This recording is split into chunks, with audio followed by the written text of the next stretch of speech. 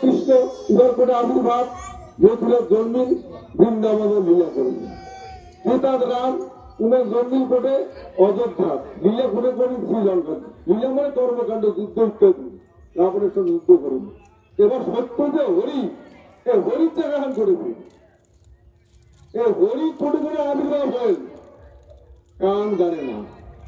এবারে হরির জায়গায় আবির্ভাব যারা জায়গাটাতে জায়গাটা, সেই জায়গায় যদি আমার রামের নাম নেই, কৃষ্ণের নাম নেই, গৌরাঙ্গ মহাপ্রভুর নাম নেই, এই নাম অপরাধের কারণে সেই হরির জায়গার মানুষের পতন। তাহলে এবার হরির জায়গাটা আবার খুঁজি দেখা খাবি, বিভীষণ দেখা খাবি, মানুষ ভুল করিয়ে হরির জায়গা আরো কারো নাম নিয়ে ধরতে লাগে। অযোধ্যা জয় শ্রীরাম ঠিক আছে, বৃন্দাবন হরে কৃষ্ণ জয় রাধে ঠিক আছে, মথুরা বা নদিয়া নবদ্বীপ জয় নিতেই ঠিক আছে। হরির জায়গা করে সেটি ভুল করিয়ে কারণ জয় রাধে বা জয় শ্রীরাম বা জয় নিতি কয় নাকি। তাহলে হরির জায়গাটা দিক খুঁজি দিক করিয়া ওই জায়গার লোক যদি হরি কয় তাহলে হরি নামে মুক্তি। সেই জায়গাটা ডিসিশন করিয়া যেটা দেখা গেছে, হরি হরির অবতার, 4টে অবতার, হরি কৃষ্ণ রাম মানে গৌরাঙ্গ মহাপ্রভু। গৌরাঙ্গ মহাপ্রভুর 2 হাত, কৃষ্ণের 2 হাত, রামের 2 হাত, হরির কিন্তু 4 হাত।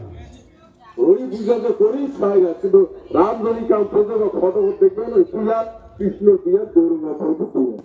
তাহলে হরির 4 হাত কেন? হরি হয়েছে হরি ইয়া আদি, একদম আদিকালের শ্রেষ্ঠ হচ্ছে হরি, মানে হরের হ গৌরীর হি, 2 মিলে হচ্ছে হরি।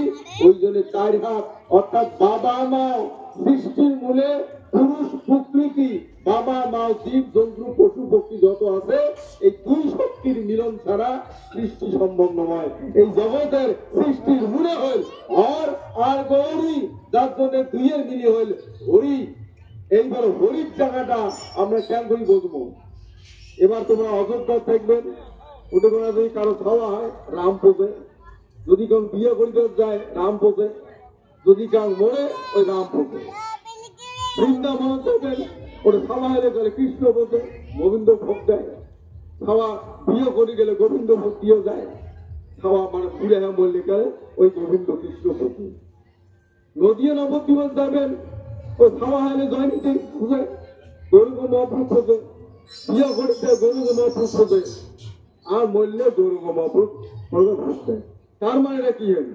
ওই জায়গায় গৌরঙ্গ মহাপ্রভু, অযোধ্যাটা রামের, আর মথুরা বৃন্দাবন কৃষ্ণের রাধা। ওই জন্য ওই পরম্পরা চলিয়েছে। তাহলে যেহেতু আমার ইচ্ছার মানুষ হওয়ার থাকিয়া শিব পোষে, যেদিন থেকে খাওয়াটা হয় ওই শিব পোষে। 1 মাস পরে মা ফুলে ভর্তি পোষে ফিরে, তাও শিব পোষে। কোনো অসুখ ব্যাধি হলে গ্রহ কাটা শিব পোষে। এই যে শিব আমার এই জায়গাতে সব সময় শিব পুজি আমরা জন্ম থেকে মরা পর্যন্ত। তাহলে ওগুলো যদি প্রমাণিত হয় রামের জায়গা ধরে রাম পোষে, কৃষ্ণের জায়গা ধরে কৃষ্ণ পোষে, তাহলে এখানে শিবের জায়গা ধরে আমরা শিব পুজি কি গন্ধ না? তাহলে শিব দেবাদিদের মহাদেব আমার আরেকটু যে সৃষ্টিকর্তা, তারে আমরা সৃষ্টিকর্তা বংশ বলি। আমার ট্রেডিশন পরম্পরা সবচেয়ে শিব, শিব ছাড়া দ্বিতীয় নাস্তি। যখন অন্যের পর ধরছি তখন আমরা বিদেশ গুলি ঘেরা ধরছি। এখন এই খেলার মানুষের সুখ শান্তি কত আনন্দ ছিল আজকে আছে অভাব। এমনি চোখে দেখাতে অভাব নাই, সকালে পারি ওই টাকা, কিন্তু যন্ত্রণা কত, জ্বালা কত, কষ্ট কত। কষ্ট জ্বালা যন্ত্রণা পাইতে থাকলে মেটে না, শান্তি পাইতে থাকলে পাওয়া যায় না, তৃপ্তি আনন্দ পাইতে থাকলে পাওয়া যায় না। যেটা একটা সময় ঘরে ঘরে ছিল আদি নাই। কেন নাই?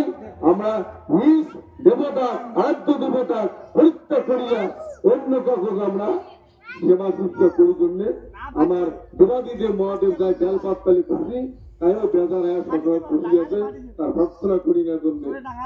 আজকে গুরুত্বপূর্ণ তাৎপর্যপূর্ণ কথা, এই যে গীতা নিয়ে আলোচনা যেটা হয়, যে গীতা ভগবান শ্রীকৃষ্ণের মুখস্থিত বাণী যদিও কয়, কিন্তু আমার প্রশ্ন আছে, এই গীতাটা কোন বেলা হয়?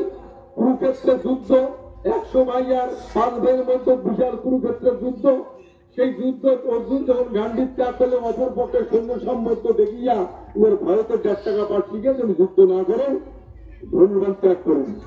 তখন কৃষ্ণ এই জ্ঞানের কথা, গীতার কথা কইছে 700 শ্লোক 18টা অধ্যায় এই কথাগুলো কইছে।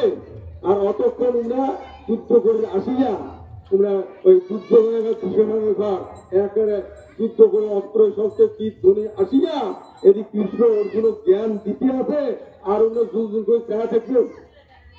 সে 100 ভাইয়ের ঘরের মধ্যে এত প্রাসুদিক এত অসুরত্ব করছিল, কায়দা করিয়া পাশা খাইয়া সব লুট করে দেওয়ার পরে কুলির একটা বউ ভাই বউ তাকেও দাঁড় ধরছে, তাকেও নিয়ে ভাড়া খাওয়ার মাদক ন্যাংটা করতে এমন মানসিকতার লোক দেয় তাই পদ্ধতি থাকবে।